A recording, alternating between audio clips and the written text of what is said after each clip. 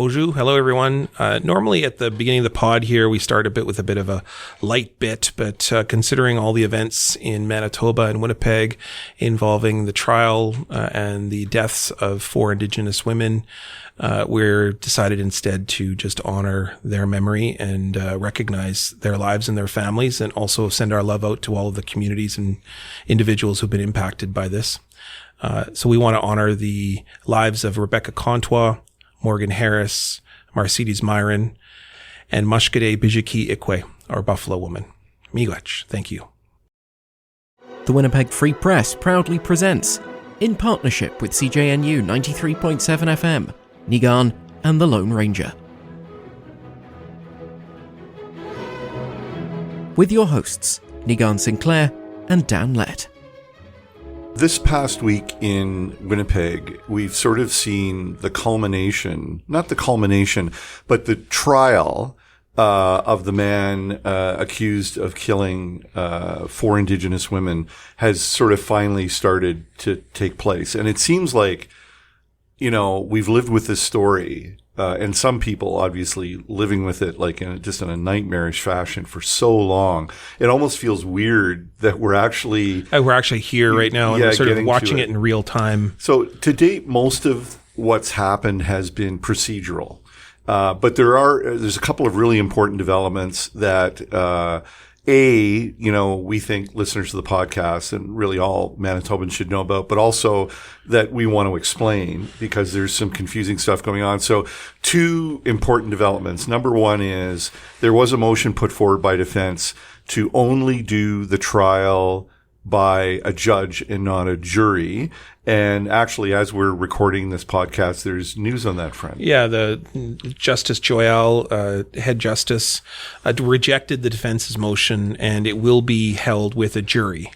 So the question would be, why would the defense team, and there's a team of 3 legal aid lawyers who are defending Jeremy Skibicki, why would they seek judge alone? And that actually dovetails directly into the other big issue, which is they've served notice that they will proffer a defense that their client is not criminally responsible, or NCR, known in legal circles, for the murder of the 4 women for which he's accused. And NCR, I've written quite a lot about NCR. I wrote quite a lot about it in the context of the Vince Lee case. He was a man in the grips of a horrible psychosis, a mental health condition, when he decapitated a man on a Greyhound bus west of Winnipeg. We've written quite a lot about it in the Winnipeg Free Press, but it's quite a misunderstood concept, and even rarer to be applied in a case of an alleged serial killer. And there is so many things. I mean, 2 things have happened as a result of this motion or this intention by the defense to use this non-criminally responsible defense. It's really inflamed a lot of trauma in the Indigenous community, because if this is the defense that's going to be put forward, it really brings up a lot of issues involving previous trials that people have been found not guilty, but then also some of the flimsy excuses or flimsy approaches or flimsy defenses that people have used that have generally gotten success in the past. And so there is a real paranoia in the Indigenous community that has been very noticeable in the past 48, 72 hours that I have noticed, and that have certainly, social media is no linchpin, but certainly I see it a lot. People very inflamed, very triggered, very traumatized by this defense. But then also has brought up the bigger issue of, would this have worked? And is there a reason why they wanted the single judge versus a jury trial? Would that have something to do with the fact of why they put this motion forward? Well, I think it's, I'd almost rephrase it and say that they've decided on the NCR defense because, and this is, I'm now kind of, I'll rely upon a number of conversations that I had, both with experienced private bar criminal defense attorneys, some people connected to law enforcement, nobody involved directly in the case, but people who can decode a lot of what's going on. So NCR, the not criminally responsible defense, and I'll just read so NCR is a section of the criminal code. It's section 16, and it states that a person can be found not criminally responsible for a crime if they were suffering from a mental disorder at the time, and here's the fundamental part, the mental disorder made it possible for them to understand the nature and quality of what they did, or the mental disorder made it impossible for them to understand what they did was morally wrong or legally wrong.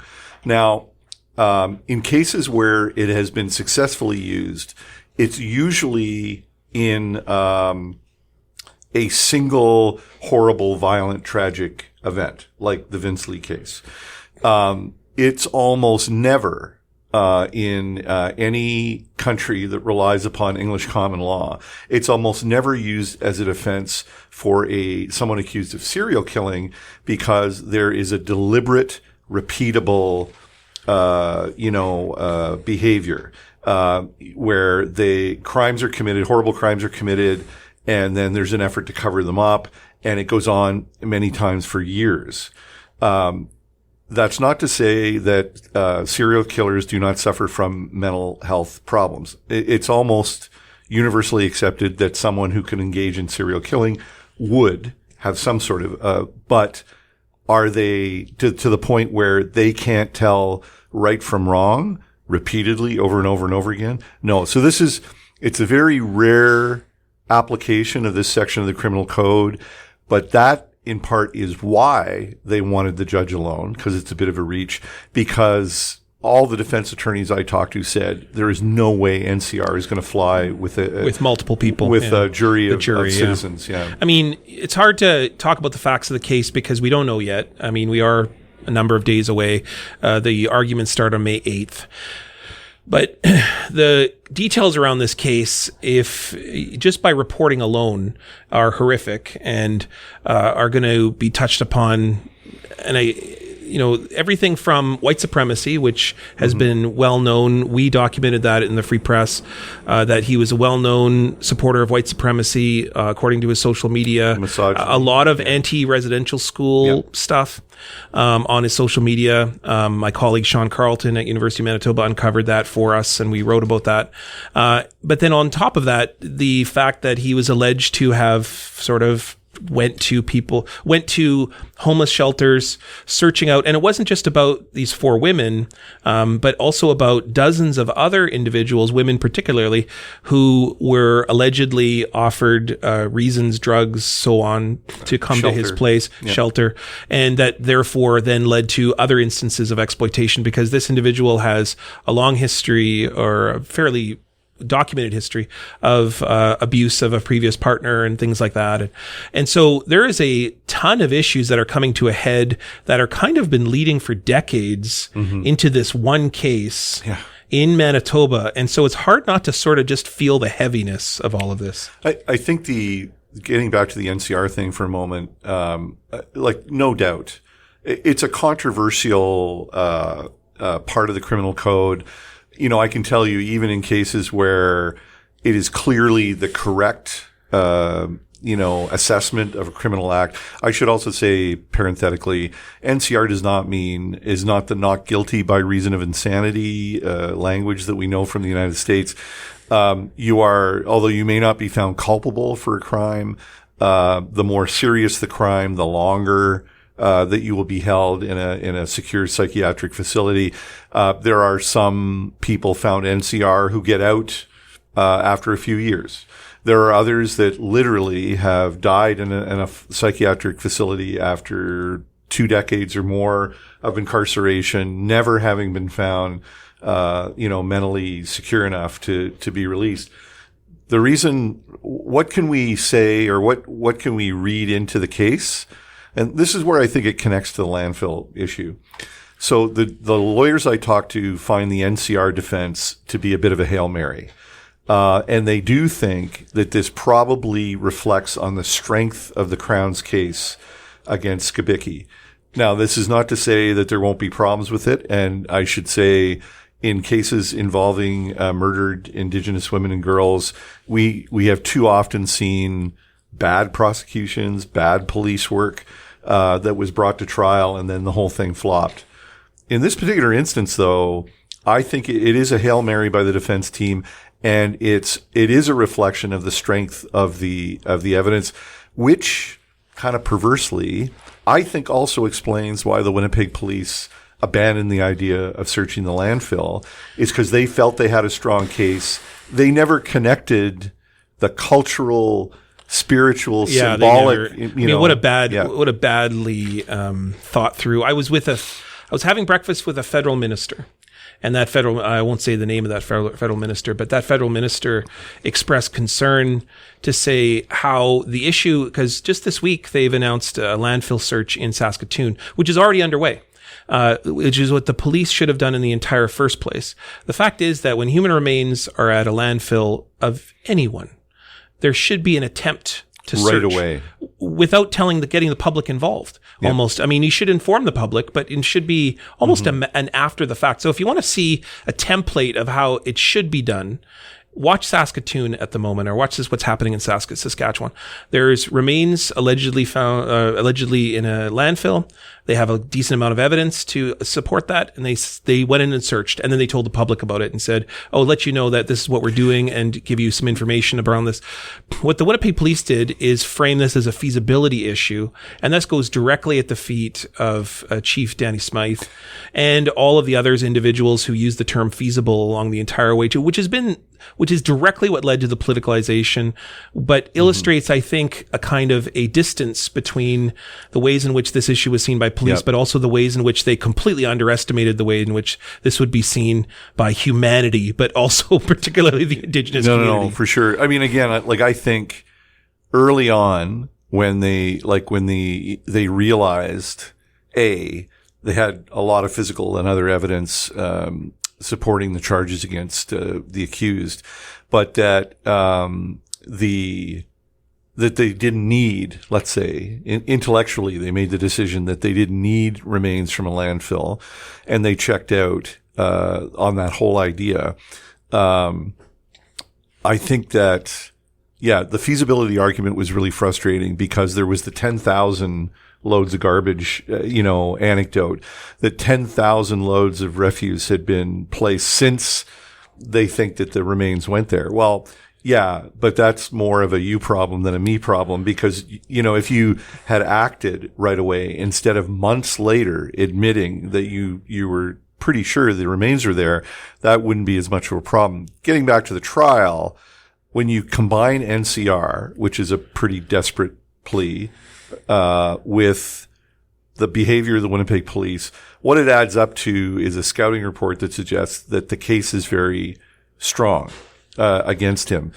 I think the further miscalculation, though, is that if that evidence results in a quick and clear verdict that finds the accused guilty, and we're not presuming that it will, but if it does, I think police theorized that was going to calm all the frayed nerves, that we got them. And that's in no way going to happen because, of course, we have a search the landfill project happening in somewhat of a limited fashion happening this summer, maybe this fall.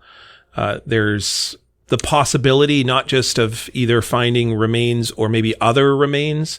The other possibility is that, let's say there's nothing found, and then will that money that is not the 180 million but 40 million, will that be enough to be able to start a conversation on commemoration, or will it not? Or this issue is not coming to a close in any way. Do you think Saskatoon is influenced? Like in the wake of what happened here? Yeah, like 100%. And I say that because you just look at the way in which the Saskatchewan government has handled this. I mean, on every barometer, the mishandling of Indigenous issues in Saskatchewan and Alberta is well documented. But the fact that they are now the model of how to handle this issue is indicative that they're learning from the problems that were created here in Winnipeg. A perverse positive outcome from a horrible event, it doesn't make the event less horrible, but it is somewhat encouraging that people looked at what happened here and in the election and said, we're gonna get out in front of this one. We're not gonna, or maybe just see people as human beings. My optimistic approach is that hopefully, Indigenous women and girls and Two-Spirit peoples, that they're seen as human beings and treated as such. So that's a great segue into today. We're lucky enough to have Cabinet Minister Bernadette Smith on the podcast. She is the Minister of Everything. Yeah, I was going to say, the longest cabinet portfolio of all time. Mental health, addictions, homelessness, and then, by the way, no, sorry, I got that wrong. Sorry, this is me looking up the exact, because this is a mouthful, man. Here we go. Minister of Housing, Addictions, Homelessness, and Minister responsible for mental health.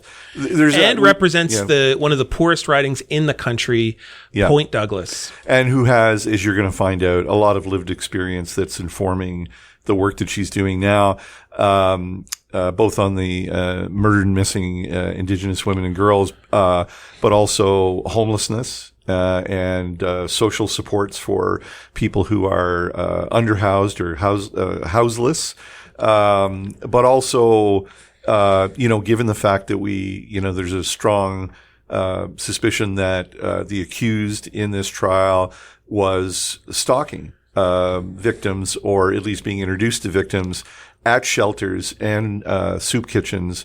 It does make sense about why all these things are wrapped up into a single ministry. Safety and the issue of how do we get wraparound, or what we're going to talk about is wraparound approaches. But that probably the most important thing is how four walls isn't just a home. So we'll send it right over to our special conversation with Minister Bernadette Smith. I've known Bernadette for a very long period of time. Back when we were both teachers in Winnipeg, you were a teacher at Maples Collegiate and then headed on to the Wayfinders program. And we got to know each other a bit during some research on that. And of course, well-known co-founder of the Manitoba Coalition of Families of Missing and Murdered Women in Manitoba. And of course, Drag the Red Initiative, but now MLA for Point Douglas, and cabinet minister of the Legislative Assembly. So congratulations, and thanks for having coming to the podcast. Yeah, thank you, Nigon and Dan, for having me. I'm very honored to be here. Well, first off, congratulations. We know that you were recently awarded the BBC. The British Broadcasting Corporation named you to the top 100 women list. So that's amazing. Way to go. Yeah, that was pretty amazing to be, just recognized as one of the top 100 women, the only one in Manitoba. And of course, for your work on the incredible work on murder missing Indigenous women and girls. And so it's hard to not talk a little bit about kind of the atmosphere over the past few years and here in Manitoba involving the violence on that issue. You have a very deep connection with your sister, Claudette Osborne. You've been working on this issue for such a long period of time, and your government came in talking a lot about the search of the landfill. I know that we don't really want to talk too much about something that's about to happen or forthcoming, but what's your sort of barometer of Manitoba right now on the issue of murder missing Indigenous women and girls and where we're at? Because certainly we've got a trial going on that's a high profile trial. We've got the issue of searching the landfill. How are you feeling right now about the way Manitoba is dealing with this issue? Well, I think as a whole of society, I think that's got to shift, right? And I've said this time and time again, like it's not going to just take governments, it's not going to just take policing, it's got to take society as a whole to really shift how we treat one another. And I remember when Candace Dirksen went missing, I was 11 years old, and how impactful that was for me as a little girl to not be able to go outside, to see everyone as a community come together out searching for this little girl. And, it was all over the media, in the news. You turn on the TV and that's all you would see.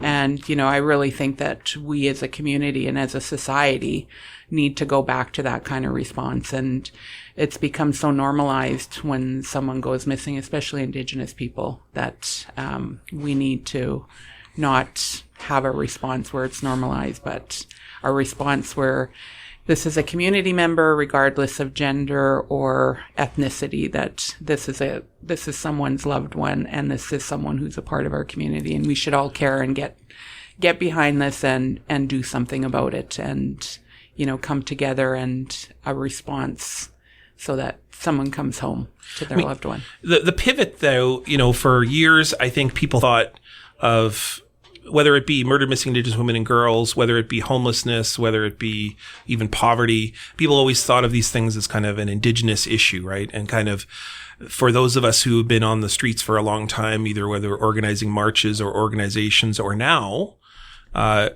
it's become a central issue I think all Manitobans are interested in, because now here you are in government bringing attention to this issue. What's it like to be no longer kind of outside the room and now being inside the room? What's that like to now be in the driver's seat on these really pivotal issues that you've been working outside the room for such a long period of time? Yeah, and that's really what brought me to become involved in politics, was being on the outside, right? Lobbying, advocating, seeing what change could come from the outside to wanting to be on the inside to make that change. And, growing up as a little girl in social housing, growing up as a mom,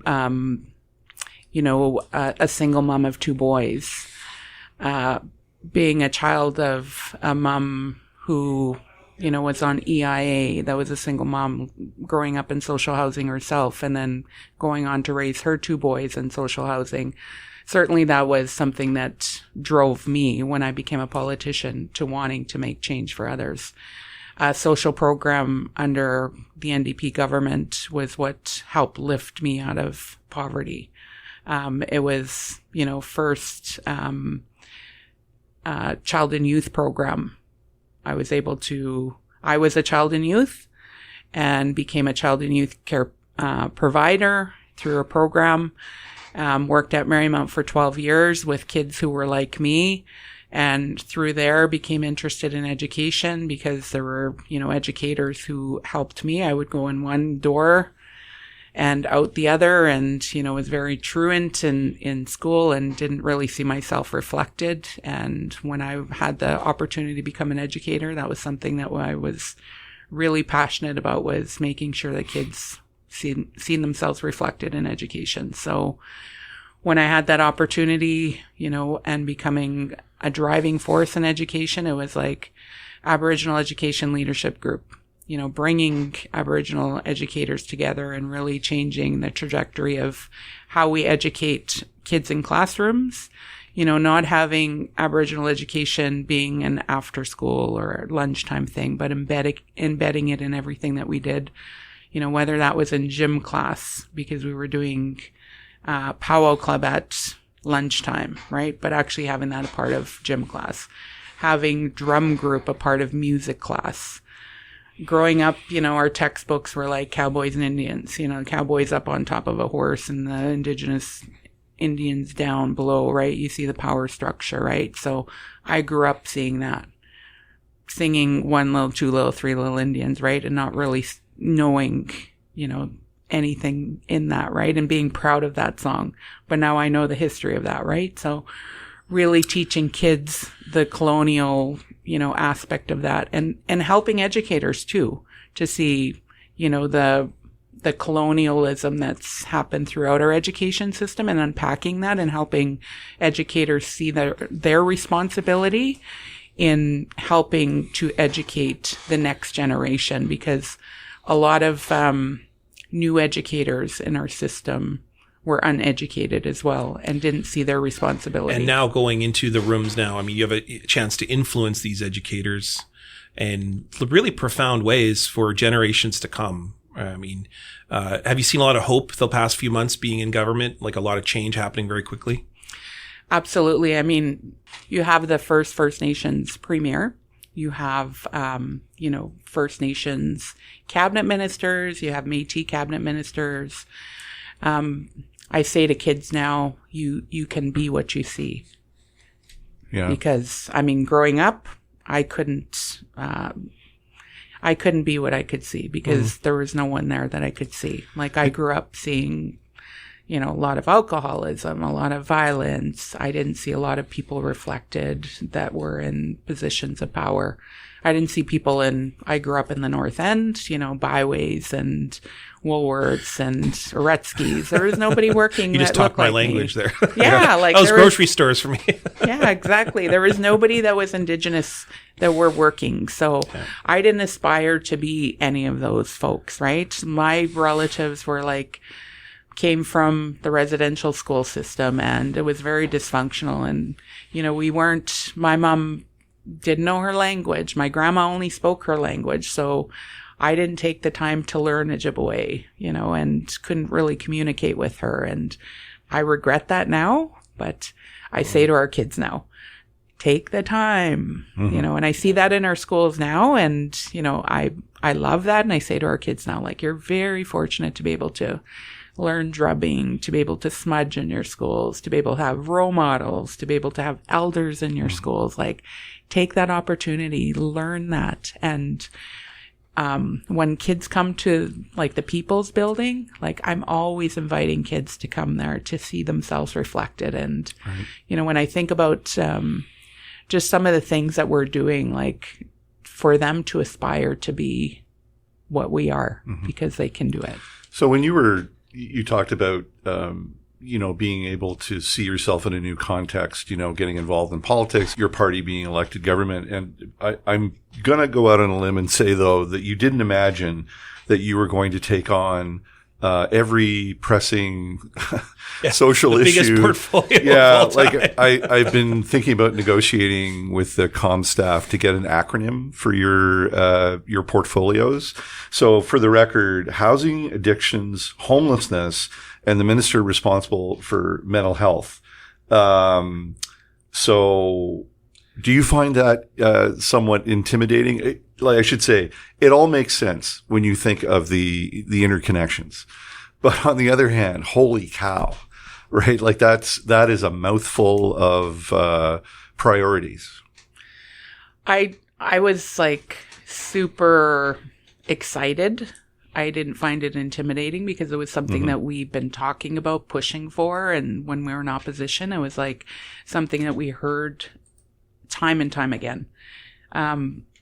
The shelters, the 3 shelters are in my constituency. So every time I would visit, I would see someone who was housed. And then I would go back 6 months later, I'd see that person back there. I'd be like, how come you're back here? And they would tell me, well, I was housed, but, I'm housed alone. I don't have the purpose that I have when I'm in the shelter.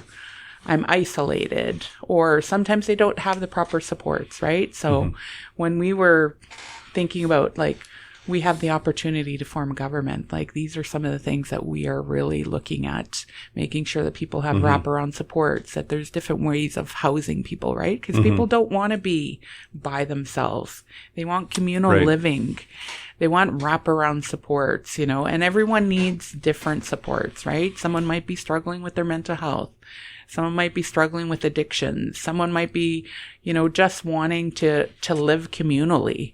Everyone has different needs. And when we think about kids that are coming out of care, right? The gaps in services, so when we're thinking about housing, we're thinking about it in a whole different way of that we've ever thought about housing and homelessness. When we're visiting in the encampments and we're talking to folks in the encampments, they're like, we have a family here. We don't want to leave our family. This is a community. So how do we take that community and keep these folks together, because they don't want to leave each other, right? And we don't want to separate them either. Right. So we're starting to look at that, and how do we house people differently and meet their needs. So a week ago, almost to the day, you and some other people from the community were scheduled to make an announcement at 575 Balmoral. And the event was interrupted by a bit of tragic news, as a body was discovered in the abandoned development at 575 that started out as a sort of a promising thing, but never, it had a variety of physical and other problems. But, it's hard not to look at that and say that is an incredibly powerful metaphor for the urgency of the work that you're doing. So, maybe tell me the experience of having that event interrupted by that tragedy. Yeah, it was very emotional, very concerning, first of all. Who is this person? What had happened? Who's their family? That's, always top of mind. Not worried about the announcement. The announcement can happen, it'll happen later, right? That was the first reaction, right? And it was just, it was very emotional, to learn that someone had lost their life in that space. On the other hand, we think about it as, it's a revitalization of the area. We think about the Balmoral Hotel and what it's becoming as well, right? We have plans this week to smudge that space. We've asked an elder to come in and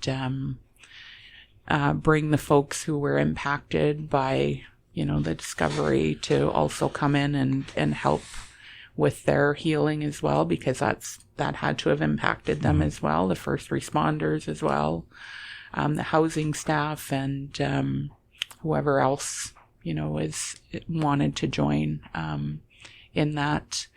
And then just to clear that space and send some prayers to the family and the loved one as they journey on. So the plans that you have for the space, so it was supposed to provide safe and affordable housing for new Canadian families. Physically, the project just never really lived up to expectations, and that created a whole bunch of other collateral problems. So now, $2.2 million to redevelop 30 suites. Tell me what's going to come out the other end of that investment by the province. So the site will be totally demolished. There'll be 30 new standalone units for youth aging out of care. So, and these youth will be youth that may be with children, youth that are working towards getting their children back. They will be supported through AMC as well as Spence Neighborhood Association. And, this is really exciting for us because this is going to change the trajectory of, the lives of these kids. I was a kid in care. And, I would have benefited tremendously by something, like this, having the supports in a home, a safe, beautiful new home with people who care about you, that are helping you along your journey. Whether that's, getting back into school, whether that's getting into a social program such as I was in, to help you, move along your journey and, get into the workforce, to help you get your kids back, or if you're becoming a mom, to help you with your parenting skills. It's just going to, help break so many cycles, because we know when kids are in care that they often end up in so many other systems, right? The judicial system, missing and murdered, and, so on and so forth, homelessness. That's what they get the encampments, right? I mean, what they get in the encampments is connection, yeah. This has been like the kids aging out of care has been like one of the biggest blind spots of the social safety net, for lack of a better term. And I mean, really, I think I'm safe in saying like somehow left unaddressed by governments of all stripes. There have been efforts, but really this, the idea that you get to a certain age and then you're no longer eligible to be in the foster care program. And so you're just kind of thrust out into the world. So, will there be more focused on this blind spot? 30 is an incredible start, but obviously I'm going to assume there's way more kids who need the help. That is definitely something that our government is working towards. We are working, listening, and working with agencies and working with kids in care. We know that there's a huge gap there, and we see that with kids in encampments. Like we've been seeing a lot of kids that are, living in encampments, that are homeless, that are living in shelters, that don't have the support. So this project speaks directly to that need and speaks directly to our commitment as a government to address that need. And certainly, this is one of probably many other projects that we will be working towards filling gaps. I mean, that's the issue here, right? Because I think the one thing that previous governments, and I would include NDP governments in this, is have misunderstood around the issue of homelessness is what many social justice organizations, the Bear Clan, the Mama Bear Clan, the Initiative 204, I could list all these sort of volunteer groups that have really gotten it, or the basic premise is that people just need to be loved, and people need to be supported, and people need to know someone's there. Whereas oftentimes what governments in the past have seen is just a house. Just get them a house or get them some kind of unit, and then that's somehow going to solve the issue. But that's not going to solve the issue, because what's often called wraparound supports is what the term that everybody's using these days, which is that kind of connection. And that's the challenge of children in care, which is that the way people get into chronic homelessness is a lack of connection and kind of a transiency. Would you agree? And that's why our department was created. That is our commitment, and that sort of an interconnected approach to sort of, because we've identified that there is a real need and there's a real gap in terms of housing people without supports. You can't simply put a person in a home. 4 walls don't make a house, right? You need to actually give them the supports that they need to get them onto a path of success. And when we talk about this path of success, and I call it the continuum of care, right? Getting people from encampments and bus shelters into a place of safety, whether that's a hotel or a shelter, from a shelter and a hotel to stable, housing with supports, whether that's social housing, into private housing with rent supplements, because we always want to move people out of our social housing, because the whole idea that we're moving people into home ownership as well, into social programs, so that they can, realize that they can have a job, they can be successful, they can have a car. I didn't have my first car till I was well into my 20s. I didn't have my license till I was well into my 20s. I'm close to paying off my first mortgage. Never in my life growing up would I ever think that was a possibility, right? But when you have people who help you, support you, believe in you, and, I use my own experience in the work that I'm doing, and it's possible. And that's what we're working towards. And I think people may not realize that safety might be the predominant issue, because that kind of mental safety, or that kind of way that you have those wraparound ways that make you feel that a home is a home, which is found in the encampments. And, during the pandemic, that was the number. It was almost like an assault on the downtown community. People always go, we've had guests on who have said, there's nobody living downtown. And we're like, absolutely, there's people living downtown. Maybe people don't see them or don't think about them, or they're living in a bus shelters, or they're living in a tent. So the reality is that there is an issue of safety, and part of that is a chronic issue within the city. And that therefore is leading to big issues of trauma. The big issue, of course, is the trial that's taking place right now. And it's alleged that the individual who's been charged with the murder of Indigenous women who have ended up in landfills were out, looking into homeless shelters, hanging around homeless shelters, preying upon people who are in dire straits, not just those women, but also others as well. That's the allegation anyways. And I know you can't comment on that trial. But when we have an issue of safety, it's impacting people most directly, those who are the most disenfranchised. That issue of safety in terms of housing. How can we ensure that's a sustainable model? That we have currently the small housing project around the Thunderbird House.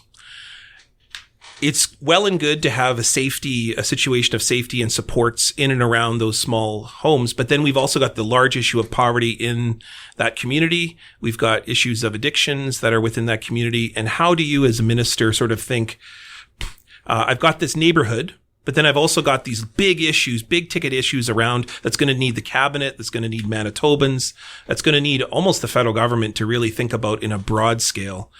How do you get everybody on the same page for that? Well, we've been working a lot cross-departmentally and really trying to look at how do we come together and, work together in supporting this issue, really. And it's not just a part or government, right? It's working with the agencies, working with the organizations, working with the folks who are living this, right? What do they need? And how do we meet their needs? And I talked about it earlier. So like people in encampments, they don't want to leave their encampments because they don't want to be moving by themselves. So it's like, how do we keep these folks together, housed together, so that they can stay together? So we're looking at it, reimagining what housing looks like so that we can keep folks together so that they're not leaving housing to go back to be with their community, but we're moving their community with them. In terms of addictions, we're looking at our first supervised consumption site. That's never been done in Manitoba. And that's coming from folks that, are living with substance use disorders that have told us they need a safe place to use. That's coming from families who have lost their lives, who have lost loved ones, that said this would have made a difference. I visited other provinces, that have supervised consumption sites. Not one person has ever lost their life in a safe consumption or supervised consumption site. They connect people with services, primary health care. A lot of the folks that are in the encampments have never had primary health care. They just don't access the services. So if they are going to a supervised consumption site, it's going to look like a one-stop shop. Like the organizations that we're working with, like they will have access to housing workers. A lot of them aren't even on EIA. So there'll be EIA workers there to be able to, connect them with EIA supports. Again, primary health care, if they're ready to stop using and want to get into treatment, they'll be able to, get into treatment, onto a journey. So it's about meeting people where they're at and connecting them to the services that they need, and then getting them, into their continuum of care. And I think about this as like, it's so many different levels, right? And people are at different, And we had John K. Sampson on talking about libraries, and that was an episode we had just a short while ago. And he sort of was saying that the library is one of the ways that we can deal with poverty and we can deal with homelessness, because so many people use the library for just accessing, contacting their families, accessing basic things like government programs. I mean, it will involve a big, broad scale. And I know that this is maybe an ambitious question, but it's a fair one. Several 100,000 people did not vote for your party in Manitoba. I think that those several 100,000 people, maybe not all of them, but certainly I think a percentage of them, may be of the opinion that nobody lives downtown. And so therefore they don't see those and might not understand that there is a need for this broad scale, big picture approach that's going to involve services that they perhaps would be impacted by. So that means we're going to have to take, for instance, EI workers, government workers. We're going to have to take services that may be in areas that are in, money only goes so far. So services that are typically available in, let's say, outside of the downtown core, but put them in the downtown core. How do we get a broad scale approach from Manitobans towards the issue of affordable housing, social housing, which is going to need the wraparound approach, this big picture approach, and is probably going to upset a lot of people who think that this is a bunch of lazy people who just won't get a job? I think we're seeing a lot of people get on board with this. I think people are starting to connect and see like that it's affecting everyone, right? We're seeing it everywhere. We're seeing it in the South End. Like there's homeless camps all over the place. We have people at University of Manitoba. First time I've ever seen that was this year. Yeah. So I think people are starting to see it everywhere. They realize that it's going to take everyone to help solve this, and that everyone's impacted, whether, they're directly impacted or not, that it's in their communities. And unless, they start to get involved, and we've seen that with the business community, right? Business community are putting money forward. They're saying, hey, we want to start to be a part of the solution. We're willing to put money forward to help build some affordable rent geared to income. And I want to use rent geared to income because that's really important.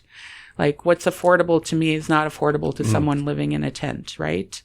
So they are willing to put money towards building rent geared to income units for folks to help support, those who are, living unsheltered, to make sure that folks have somewhere to live, right? And then we're coming in and saying we'll partner and provide the wraparound support so that we're all coming together working communally. So we're working with the federal government, we're working with provincial government, and we're working with the city as well. So city is providing land. And then all these different organizations and community groups are coming together. You mentioned some of them: Bear Clan, Mama Bear Clan, downtown community safety patrol. Like, everyone is just coming together, and groups like community volunteer groups. Everyone is just putting their best foot forward to say, like, it's a collective response here and responsibility, and we all need to do something. So you made an interesting point when you touched on the rent geared to income, because I personally the full admission, speaking on behalf of all journalists now, but I don't think we do a good job of separating the issues of social housing for the most vulnerable and affordable housing, which affects a large constituency of people who aren't homeless, but are, they have incredible social and financial strain in their life trying to deal with the escalating costs of housing. And so, I think we need to do a better job of focusing and separating those two issues to a certain extent. But as the housing minister, do those issues, like in the end with finite resources, do they compete against each other? Like, is there a tension between social housing and a broader sense of affordable housing? How do you balance those two priorities? Well, I think what we are seeing right now is like a mixed housing approach. And I love that mixed housing approach that's going on, because it doesn't differentiate between income. So someone that's living in the same building could be in a rent geared to income suite. Someone that's in a market rent suite could be living in the same building. Mm-hmm. And there's a mentorship, aspect going on there, because someone that's, maybe driving a Mercedes is living in the same building as someone who's, on EIA that's struggling, but you don't know that, mm-hmm. right? And someone sees that and says, hey, I want to, own that kind of car. What do you do for a living? Oh, maybe that's something I want to aspire to be. How did you, what did you have to do to get into that mm-hmm. kind of job? Mm-hmm. So now maybe they start to research, and maybe that's some kind of field that they go into. We just came from an announcement in a building where it's grandparents and younger people. So there's a mentorship aspect there mm-hmm. as well. So we're looking at housing differently, right? So really looking at mentorship in housing as right. well, and a restructuring of how really, like, we're doing housing, because mixed market, I think, and the way that they're doing it is the way to go. Because if you're rent geared to income and your income, you go into all of a sudden a different category of income, you don't have to move out of your suite. You just start paying a different rent, right. and then somebody else comes into that rent geared to income, a different suite. So it's interesting, again, more of a personal view that you should feel under no obligation to adopt, but I think our demands on subsidized or rent geared to income suites as part of larger developments have been completely insufficient. Like it'll start at 15%, and then, construction inflation might kick in, and the developer negotiates government down to 8%. And like, there's just, and and I'm not saying it's easy to build something in this day and age, but, clearly, we really, really only have a smattering of truly affordable housing in a lot of developments that have received government money. Do you feel, with this new model, or this, not a new model, but a different approach, can you make greater demands on the developers, whether they're private, not-for-profit, or private sector, to increase the percentage of subsidized or geared to income?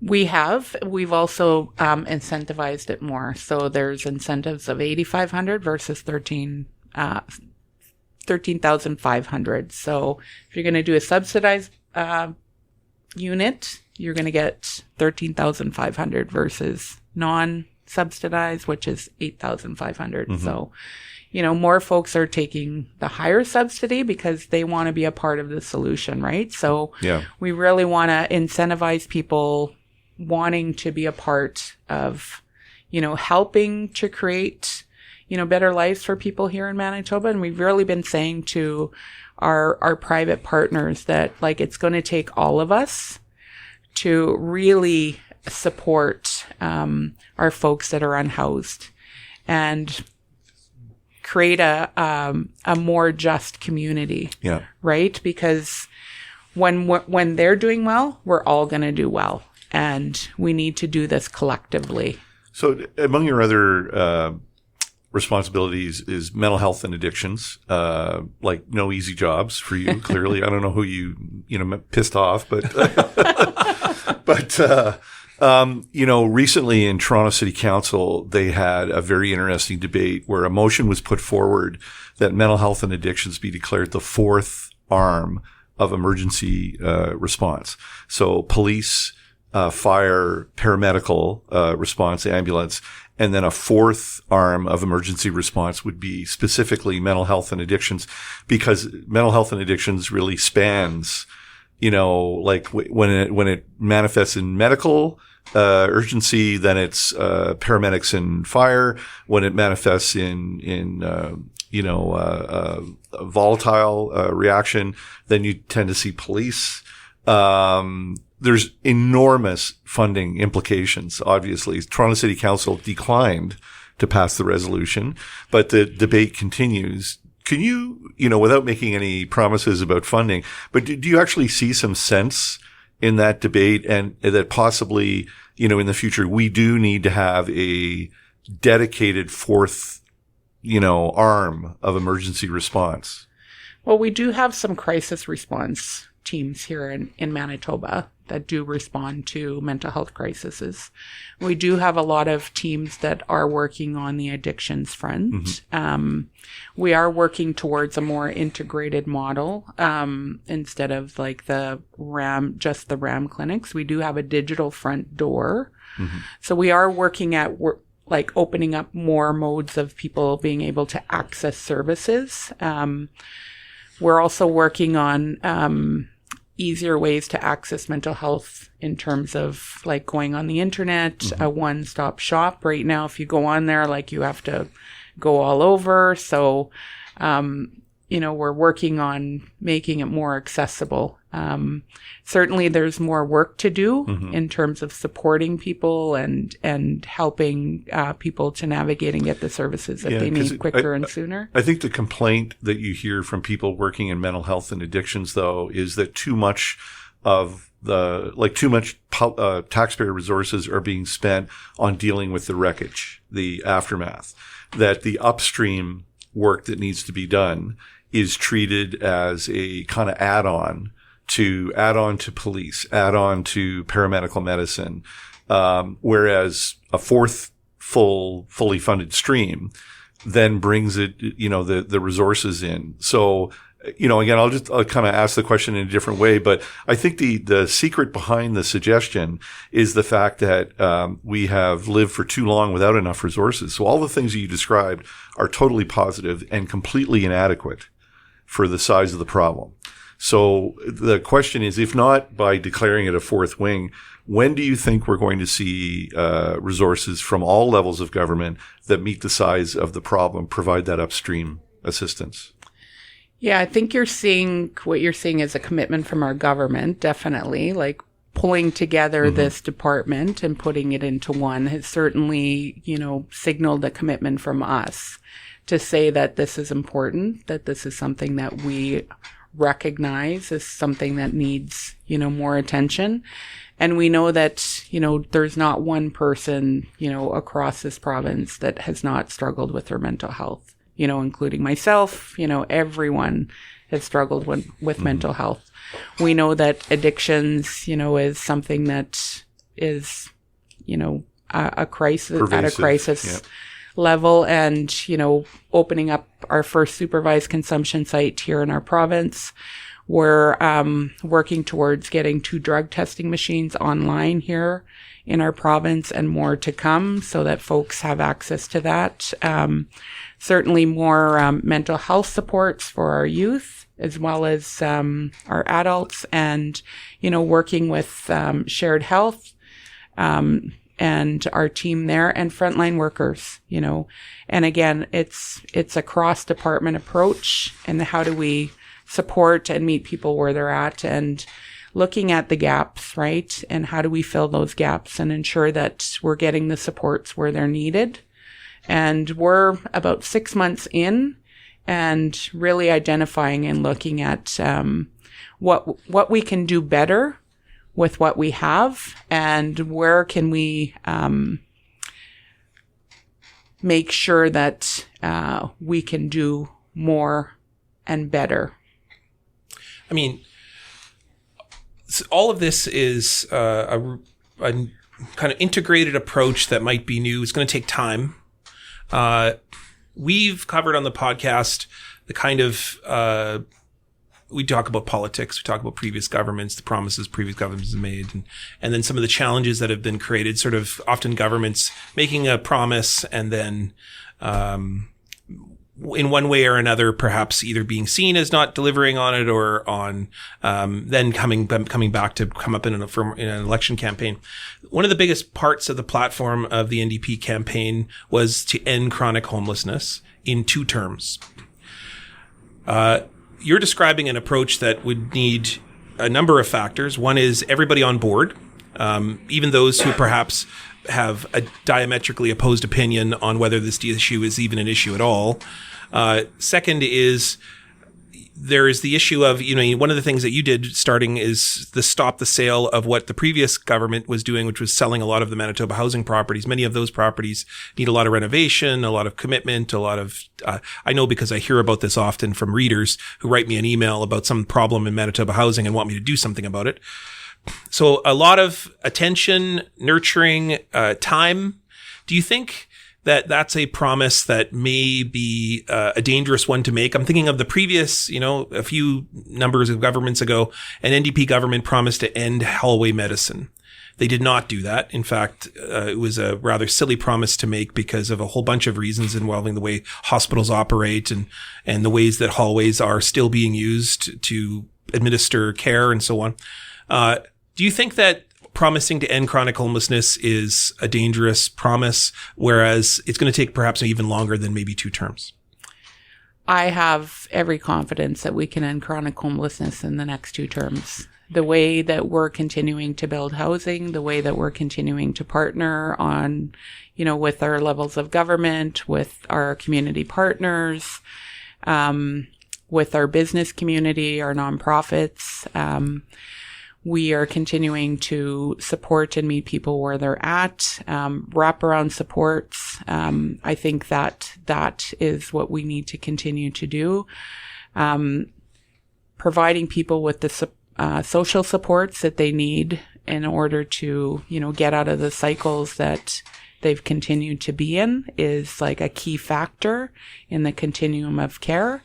And connecting people, I think, with the supports that they need is like a real key. And, housing, of course, is a real barrier to, what we want to do. But that is what we're going to continue to do is build housing, create partnerships to get housing built. And, we talked about deeply affordable, rent geared to income housing, also market rent, because people are going to move up in housing and be able to afford market rent, which opens up other housing for other people to be able to access. So it's an ambitious goal, but it's a goal that we are going to meet, and we are going to continue to support people where they're at. And it's going to take everyone, but I think people are ready and they're willing and they want to help and they want everyone to be doing well. And we can't all do well unless everyone's doing well. So, yeah, well,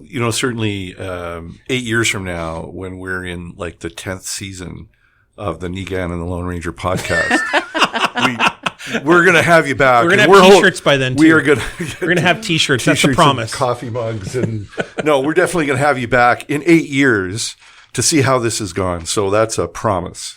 We're going to follow up on this. And the initial results seem to be producing. I mean, certainly there's a lot of people who've been speaking positively of this approach, and Homelessness Winnipeg is probably the one who comes quickly to mind in the report that they released recently of the kind of units. There's 1,500 units needed, and they're about halfway to that mark.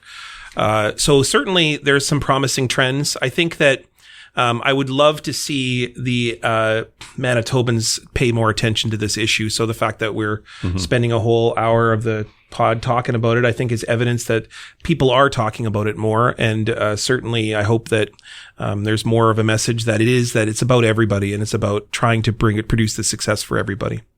Yeah, I think it needs to be a lot more than just I can't afford the mortgage on my house in White Ridge.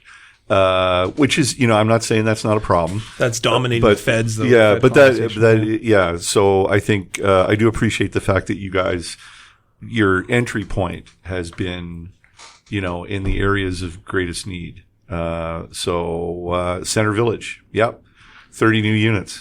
We are super happy about Center Village. We're also super happy about our maintenance of our existing housing, because that's something that, as I was in opposition, I would drive by and, look at our social housing boarded up. And when I became minister, I was like, we need to get those boards off those units. And that's something that we're doing in getting great. People into those units and people housed and with support. So I'm very, very happy and excited to, work with everyone and anyone to get our folks housed and get them the supports that they need and get them onto a path of success. Well, I want to say a big miigwech for coming on the podcast, but I also want to say this is not an easy time. It's not an easy time, I think, for all of us. Any person who is closely touched by the issue of murder missing Indigenous women and girls, particularly during this trial, but also during this issue of involving the searching of the landfill. And I think the atmosphere in Manitoba is one that's very sensitive at the moment. And I know that you've been personally touched by this, but coming to talk about issues that clearly are about your childhood, about your life, and also about not just your job, but also your passion. A big miigwech for coming on the pod for today. Miigwech for having me. Yep. Thanks also CJNU and Adam Glynn as usual, Winnipeg Free Press, Paul Simin, and others. Many others that Wendy, help us. you're in there too. I know you don't listen to the end of the podcast, Wendy, but you get thanked all the time. That'll get her. Anyways, thanks to everybody, and we will see you in a couple of weeks. Yep, miigwech.